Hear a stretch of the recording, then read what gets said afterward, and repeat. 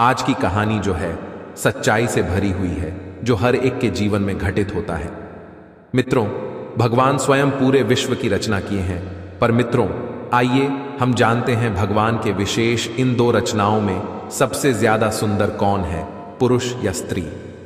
मित्रों, यह कहानी जो है आपके दिल और रूह को छू जाने वाली है। यह कहानी जबरदस्त और ज्ञानवर्धक है, इसलिए कहानी को पूरा जरूर सुनना। मित्रों, एक छोटे से गांव में एक राघव नाम का लड़का रहता था। परमात्मा ने इसे बहुत ही सुंदर रूप से नवाजा था। वह अभी जवान ही था।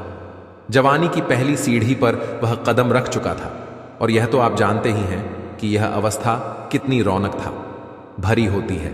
मन का भाव भर सुंदर सुंदर फूलों पर बैठना चाहता है। राघव को स्त्री ही संसार की सबसे सुंदर वस्तु लगती थी। सुंदर स्त्री के जाति को देखकर उसका मन उसके बस में नहीं रहता था, और वह अपना आपा खो बैठता था। उसकी नजरों में सुंदर स्त्री ही संसार में कोमलता, मिठास और सजावट की प्रतिमूर्ति थी। जुबान पर स्त्रियों का नाम आते ही उसकी आंखें जगमगा उठती थीं, कान खड़े हो जाते थे, मानो ऐसा था जैसे किसी स्वाद लेने वाले रसिक ने कोई सुंदर गाना सुन लिया हो। उसने यहां तक एक सुंदर स्त्री के मन में ही कल्पना करके उसकी मूर्ति को अपने मन में बिठा लिया था। मित्रों, हर कुंवारे व्यक्ति का यह सपना रहता है कि उसकी होने वाली धर्मपत्नी बहुत सुंदर हो, उसका ऐसा रंग रूप हो, यौवन हो। मित्रों, सभी अपने अपने कल्पना के अनुसार अपने लिए एक बहुत ही सुंदर स्त्री की तस्वीर अपने हृदय में बरसा कर रखते हैं, चाहे लड़की हो या लड़का। हर व्यक्ति अपने सपनों में एक सुंदर राजकुमार या राजकुमारी को सोच कर रखते हैं। मित्रों, वैसे कल्पना में तो हर व्यक्ति सुंदर चीज ही सोचता है, चाहे स्वयं कितने ही कुरूप क्यों ना हो। उमेश बाबू भी हर वक्त अपने मन में एक खूबसूरत लड़की की तस्वीर बनाकर रखता था। सोचता था कि मेरी होने वाली धर्मपत्नी बहुत सुंदर होगी। उसका कोमल बदन बिल्कुल फूलों की तरह ही होगा, कोयल जैसी बोली होगी, हिरनी जैसी आंखें होंगी, चांद की तरह उसका सुंदर मुख होगा। उसके पूरे शरीर का ढांचा एकदम मन को मोह कर देने वाला होगा। इस तरह वह अपनी जीवन संगिनी के बारे में कल्पना करते रहता था। मित्रों, धीरे धीरे वो वक्त भी आ गया। स्कूल शिक्षा पूरी हो गई और अब उनके लिए रिश्ते भी आने लगे। एक दिन उमेश बाबू के मामा उनके लिए एक रिश्ता लेकर आए और शादी तय हो गई। राघव बाबू ने अपने घर वालों से कहते हैं कि मैं पहले लड़की को देखना चाहते हैं। यदि मुझे लड़की पसंद होगी तभी मैं विवाह करने के लिए राजी होगा। तब उनके मामा ने कहा, बेटा, लड़की के तरफ से तुम बेफिक्र हो जाओ। लड़की हमने देखी हुई है, लड़की हकीकत में काफी ज्यादा सुंदर है। मामा के मुख से लड़की की प्रशंसा सुनकर राघव बाबू को लगा, चलो यदि अगर मामा कहते हैं तो लड़की जरूर खूबसूरत ही होगी, और फिर राघव बाबू ने शादी के लिए हां बोल दिया। मित्रों, कहानी में आगे जानते हैं, लेकिन उससे पहले हे प्रभु श्री राम, जो भी भक्त इस वीडियो को लाइक करें और चैनल को सब्सक्राइब करके कमेंट में जय श्री राम और जय हनुमान लिखें। उनके घर में सुख संपत्ति की कभी कोई कमी ना रहे, उनका घर हमेशा खुशियों से भरा रहेगा। मित्रों, जब विवाह के मुहूर्त आई तब राघव बाबू बड़े धूमधाम से बारात लेकर आए और दुल्हन भी आभूषण से सजकर मंडप पर आई। राघव बाबू की नजरें दुल्हन की ओर थीं। उसे घूंघट में चेहरा तो देखा नहीं, मगर हाथ पैर की उंगली दिखाई दे रही थी। मेहंदी से सजे हाथ पैर बहुत गोरे और सुंदर लग रहे थे। उसे देखकर उमेश बाबू अपने मन में फूले नहीं समा रहे थे। वह सोचने लगे कि जब दुल्हन की हाथ पैर की उंगलियां इतनी सुंदर है तो दुल्हन कितनी सुंदर होगी। अब विवाह का कार्यक्रम संपन्न हुआ। वधू की विदाई हुई, डोली में बैठकर ससुराल जाने को चली। राघव बाबू की खुशियां बढ़ती चली जा रही थीं। वह यह सोच रहे थे कि काश एक बार दुल्हन का चेहरा देखने को मिल जाता तो इच्छा पूरी हो जाती। चलते चलते रास्ते में कहारों ने जब पालकी रोकी और जलपान करने में लग गई, इतने में राघव बाबू को मौका मिल गया।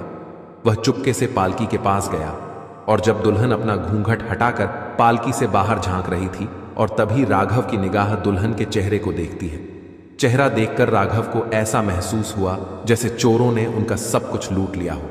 राघव की दुल्हन सुंदर नहीं थी जितनी उसने कल्पना की थी। वो हर पल जिस रूप की कल्पना करते आ रहे थे वो उसके बिल्कुल विपरीत थी।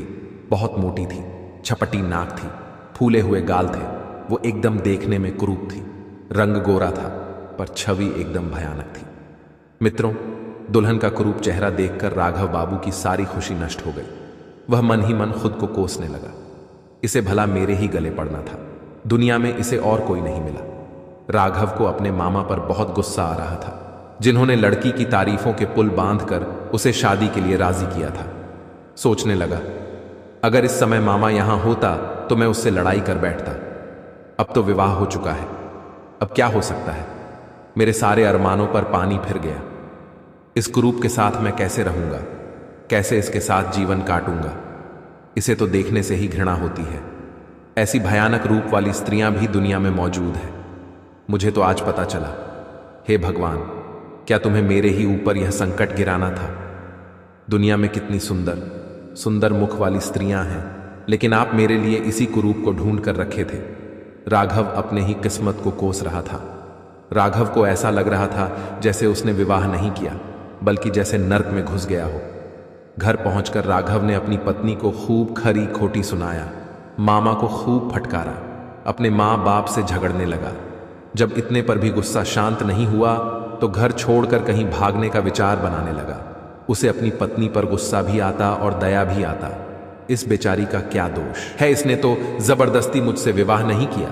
लेकिन यह दया भाव भी उनके मन से घृणा को नहीं, हताशा का। वह जैसे ही अपनी पत्नी को देखता था, उसका मन घृणा से भर जाता।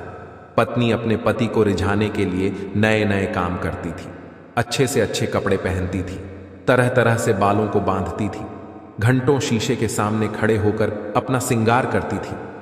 लेकिन वह राघव बाबू के मन में कोई परिवर्तन नहीं ला सकी। वो दिल से चाहती थी कि मैं पति को प्रसन्न कर उनकी सेवा करूं, उनके मन की घृणा को खत्म कर दो। वह अपने पति को प्रसन्न करने के लिए मौका खोजती थी, लेकिन पति को उसके रूप रंग से इतनी न थी कि वह हमेशा अपनी पत्नी के नजरों से बचकर घूमते थे। और अगर कभी आमना सामना हो भी जाता तो राघव के मुंह से ऐसी जली कटी बातें निकलती थीं कि वह बेचारी रोती हुई चली जाती।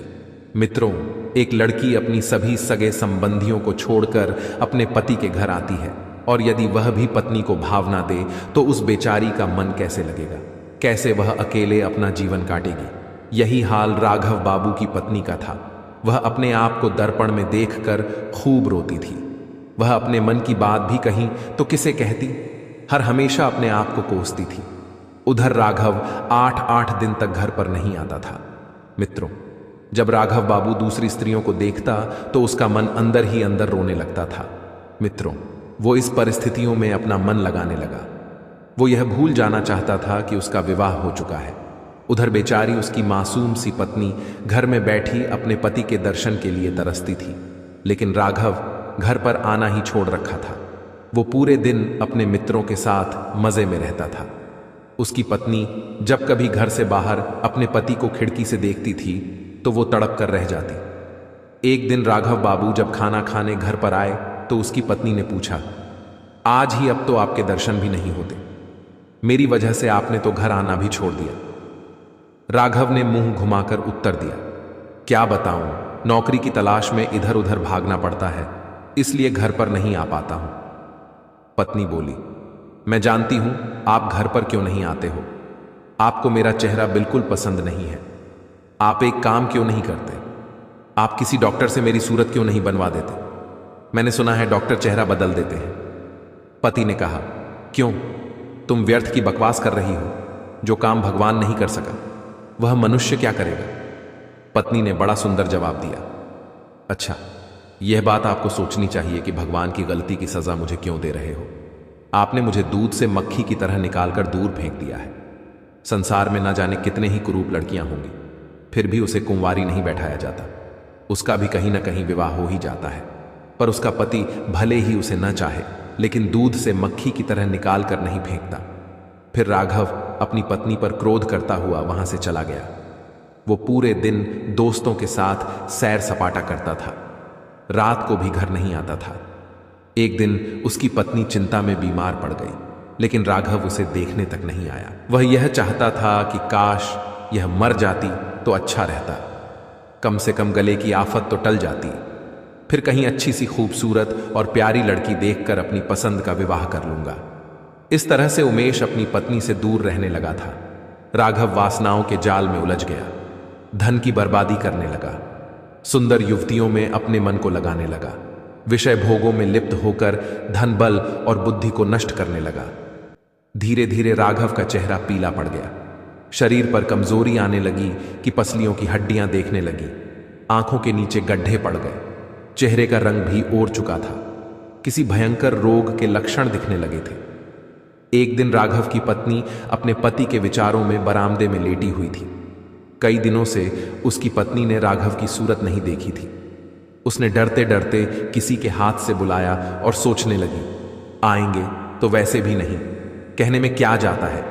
किसी ने जाकर राघव को बताया कि तुम्हें तुम्हारी पत्नी ने बुलाया है। आज राघव के मन में कुछ दया का भाव था। वह जाकर पत्नी के सामने खड़ा हो गया। जब राघव की पत्नी ने राघव के चेहरे को देखा तो वह चौंक पड़ी। राघव बहुत कमजोर हो चुका था, चेहरा पहचान में नहीं आ रहा था। उसकी पत्नी पूछने लगे, तुम बीमार क्यों हो गए? तुम तो मुझसे भी ज्यादा कमजोर हो गए हो। राघव लहराते हुए कहने लगा, मेरी जिंदगी में अब रखा ही क्या है जिसके लिए मैं जीने की फिक्र करूं। राघव की पत्नी बोली, चिंता करने से कोई इतना कमजोर नहीं हो जाता। तुम्हें कोई बीमारी है तो इसका इलाज क्यों नहीं कराते? इतना कहकर उसने पति का दायां हाथ पकड़कर चारपाई पर बैठा दिया। राघव ने भी अपने हाथ छुड़ाने का प्रयास नहीं किया। उसका स्वभाव आज नरम लग रहा था। उसकी बातों में क्रोध नहीं थी, उसकी आंखों में आंसू थे। राघव ने कहा, मेरी दवा अब मेरी मौत है। मैं अब अधिक दिन तक नहीं जीऊंगा। मुझे किसी भयंकर रोग के लक्षण लग रहा है।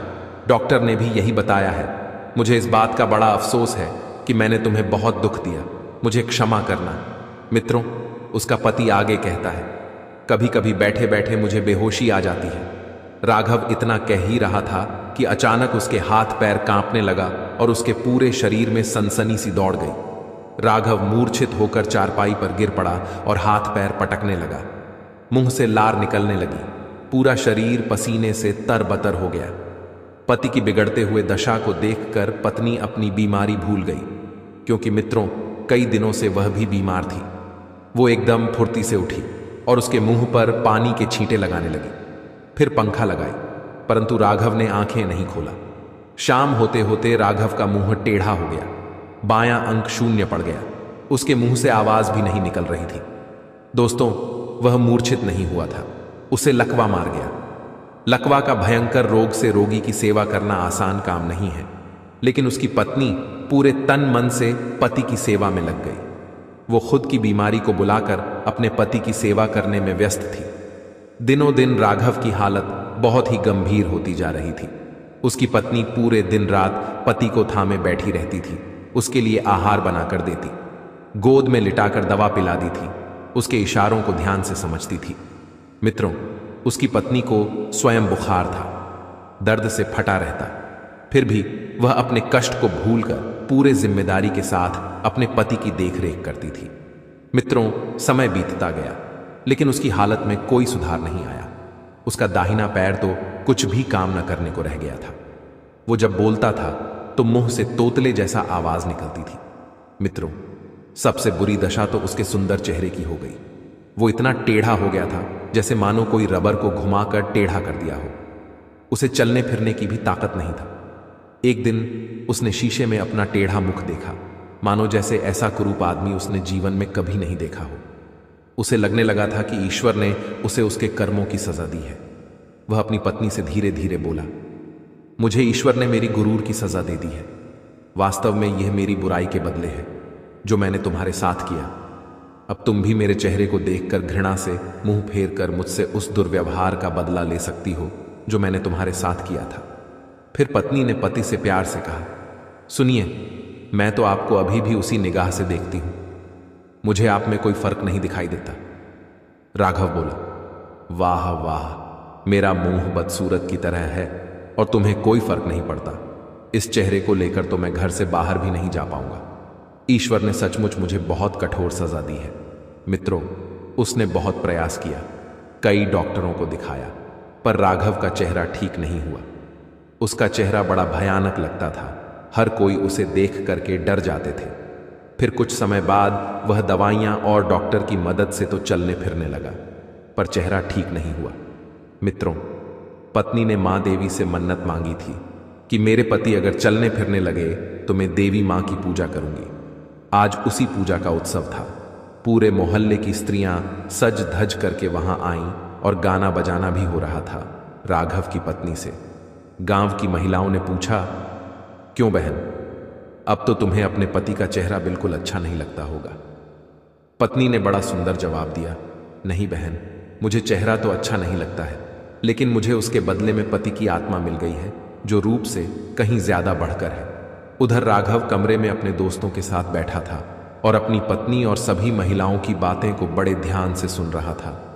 तभी राघव के दोस्तों ने कहा, राघव, आज तो तुम्हारे घर पर पूरे गांव की सुंदर सुंदर स्त्रियां आई हैं। इनमें तुम्हें सबसे ज्यादा सुंदर कौन सी लग रही है? तभी राघव ने अपनी पत्नी की ओर इशारा करते हुए कहा, मुझे तो वही अच्छी लग रही है जो थाली में फूल रख रही है। सभी दोस्त कहने लगे, अरे भाई, लगता है तुम्हारी सूरत क्या बिगड़ी, अब तो तुम्हारी नजर भी बिगड़ गई है। उसके दोस्तों ने कहा, मुझे तो सबसे ज्यादा बदसूरत वही मालूम पड़ रही है।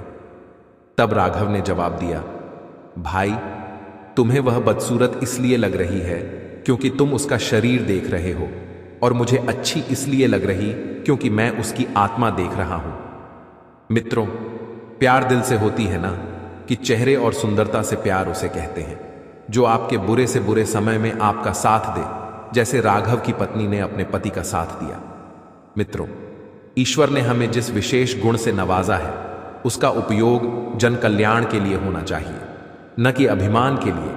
उस गुण को अपनी ढाल बनाकर किसी को नीचा नहीं दिखाना चाहिए, किसी की निंदा या उसका अपमान नहीं करना चाहिए, वरना ये तो आप जानते ही हैं कि एक दिन उसे भी कहीं ना कहीं नीचा देखना पड़ सकता है।